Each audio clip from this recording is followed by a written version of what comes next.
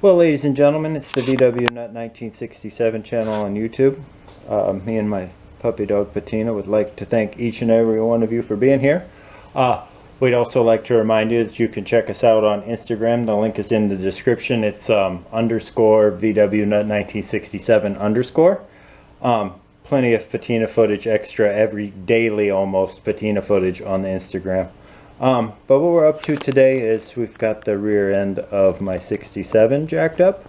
We're going to do an oil change, valve adjustment, clutch adjustment, and brake adjustment real quick on this. So I thought I'd turn you guys on, bring you along with me. It's like 90 with 100% humidity today, so perfect for all that. We'll probably zip right through this without a lot of explanation. There's videos on all of this and this car on my channel, so I'll try and keep it as entertaining as I can. See you guys in a second. So around here we use the wife's old cake pan. It's the oil drain pan for the Volkswagens. It's got handles on it, pretty easy to dump. We're just going to pull this nut loose. Looks like we probably ought to change that gasket anyway. She's still a little bit warm, which is good. Not too bad, Ruby. Not too bad. There we go. We'll replace that too. Ruby's oil always looks pretty good. It's a little bit black, but not horrible. Uh-oh. Hopefully we don't overfill. Alright, so the oil's dripping. I have a mark right here for top dead center, both on the flywheel, and then I painted a little mark right there as a reminder. My distributor is pointing at number 1. So we'll go ahead and we'll have to politely ask Patina if we could either squeeze in next to her or if she'll move so we can get under there and check those valves. So we'll get you guys set where you can see some of that action. Alright, so you could use a screwdriver or whatever, but Musty One showed me this trick. Most of the time I can get it the first try. Yeah, this is, if you have dogs, you already know that this is helpful. Yep, she agrees. She's being helpful. Quit. Thanks. Lay down. Lay down.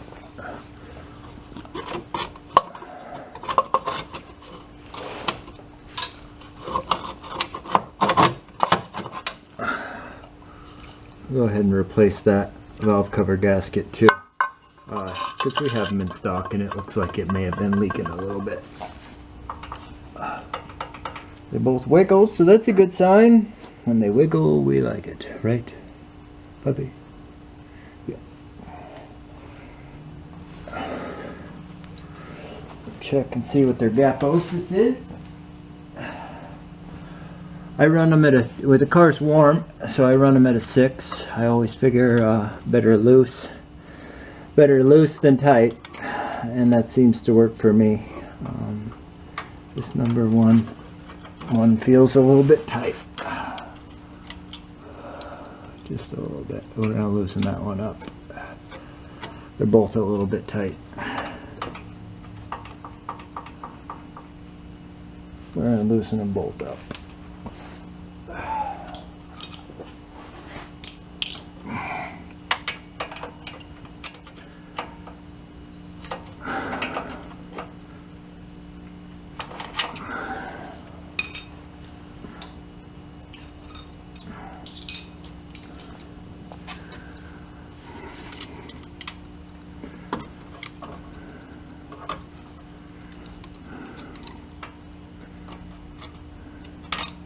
If you guys aren't in the shot, all I'm doing is just backing the rocker screw out just a little bit, and I slip the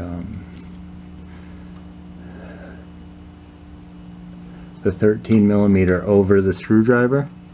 You guys can probably see, so that it's there and ready when I'm ready.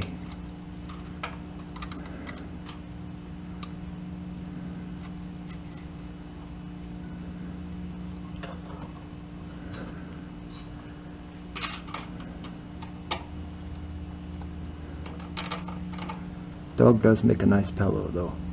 She doesn't seem to mind either too much. That feels much better. Yeah, I like that much better. On to the next one.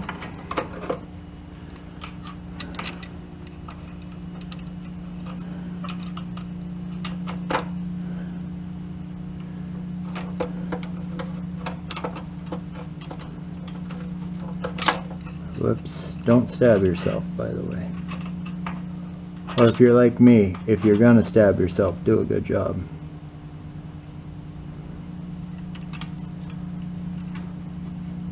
Let's see how that turns out.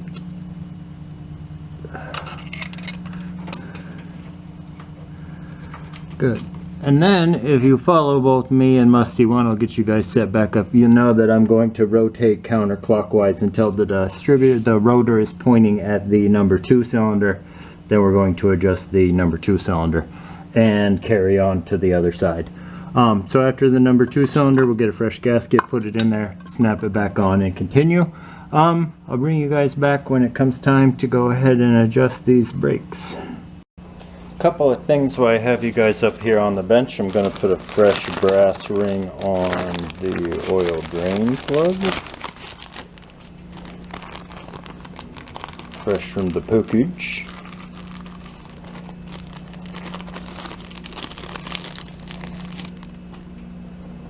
Nice. While we're up here, we didn't want to forget that. I'm also going to put a little bit of oil on this new quart gasket before I put it in. I don't know that this is necessary. Somebody at some point in my life showed this to me, and I've always done it. I have pretty good luck without these things leaking, so I would probably continue to do this. I don't know if it's necessary or not necessary, or if it's detrimental, but I must have had some sort of respect for whoever the person was who showed it to me, because I definitely continue to do it 100% of the time, every time. Alright, we got that the 1 and 2 valves adjusted. The number 2 side was in good shape. We didn't actually need to do anything. So we'll get this side button backed up, move over to the other side, and keep my pit bull entertained. Alright, so we started at the number 1 cylinder pointing here. We rotated the engine backwards to the number 2 cylinder. If you remember, when the cap's on, the firing order is 1, 4, 3, 2. So 1, 2. Now we're going to move on to the number 3 cylinder, so we're just going to rotate the engine backwards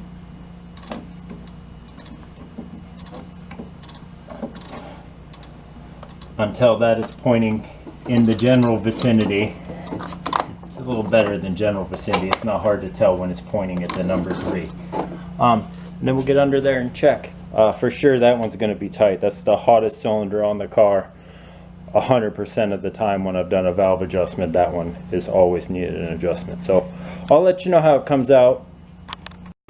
Alright, so the number 3, like I guessed, both exhaust and intake, they were both just a little bit tight, nothing horrible, but we stay up pretty good on this car.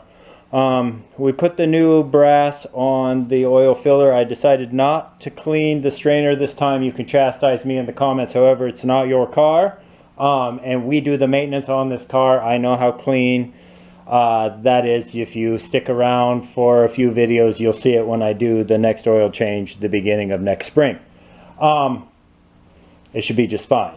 We're going to put the oil in it now, and then we'll move on to adjusting these rear brakes while it's up in the air. Alright, so before I get too far ahead of myself, here's the adjustment in the manual. 1/2 inch to 1 inch. Really, it's driver preference on the clutch pedal. That's where we're going next. I got to put 2 more quarts of oil in first. I probably like mine a little closer to the floor than that. I think probably right now, I'll show you guys in a sec, I probably have inch, maybe 1.25 inches. because I do a lot of speed shifting. Sorry, Miss Ruby, we speed shift. Alright, so we're looking at the clutch pedal in the 67, and we can see that that is a little bit more than an inch to a half an inch. We're going to give just a couple of screws on her, and then we're going to move our way to adjusting that rear brake. Well, while Patina just laid there and supervised, I crawled under there and got a hold of the wing nut with that greasy paw right there. And they say that sometimes it helps if you get a pair of channel locks on there. If you haven't been under your car in a long time, to adjust your clutch, most definitely go under there with a pair of vice grips and grab onto that cable. I didn't have that problem. My cable spun pretty easily with the wing nut, but we definitely got her a little bit tighter there. So we're going to take her for a drive after we get the brake adjustment done, and we'll see how we like that. So get you guys set up, and we'll get that tire rolled around so we can turn on the little diamond wheelie thingy and adjust those rear brakes.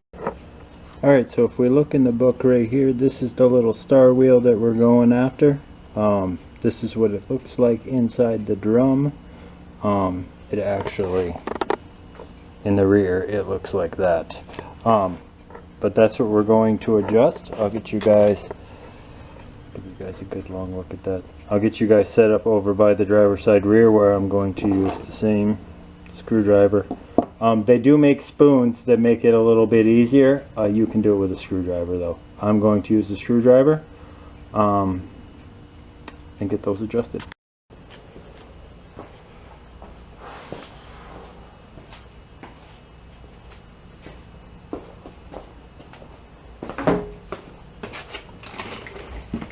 Alright, so you can also feel around and you can feel the two adjusters in here. Just make sure you don't get your finger caught up in there.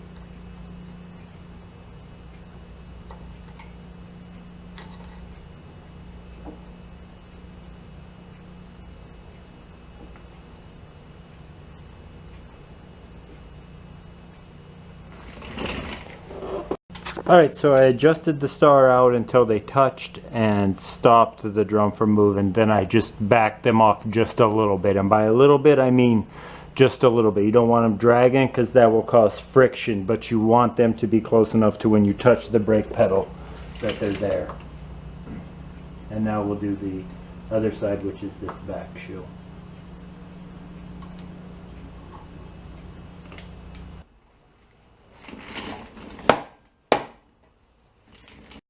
Alright, so now we'll move on to the other side. Then we'll get the car jacked down, check the oil again, start it up, fix the oil leaks if there is any, and get her spun around and do the front brake adjustment. See you guys in a second.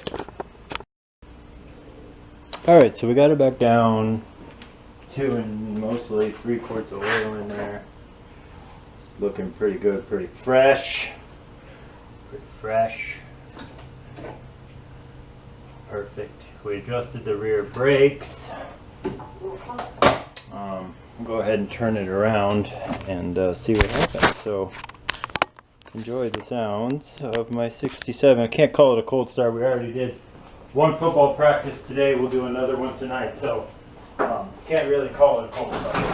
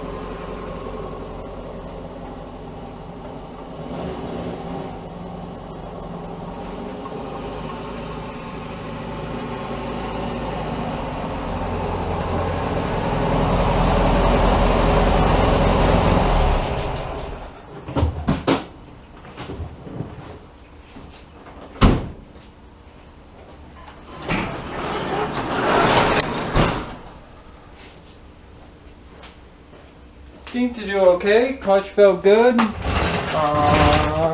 Now we'll get the front end jacked up and put on some jack stands and we'll adjust the front brakes. Alright, so as we take a look under here, you see 3 holes. That bottom one is so you can see the wear of that shoe. There's one all the way up top there where you can see the top shoe, and then those 2 holes in the middle, the one's kind of oblong. Those are your adjusters. So that's where we're headed. The same star sort of situation that was in the rear is inside of those. You just adjust it until they touch and then back it off the same little bit, kind of. I'm sure there's a spec for it. Around here we do it to driver preference. So that's what we're going to do, and then we'll move on over to the other side, get that done, and then we'll take her for a little drive and see how she does. Alright, well that is going to conclude Ruby's checkup and maintenance. All of her brakes are adjusted. We did the clutch, the valves, changed the oil.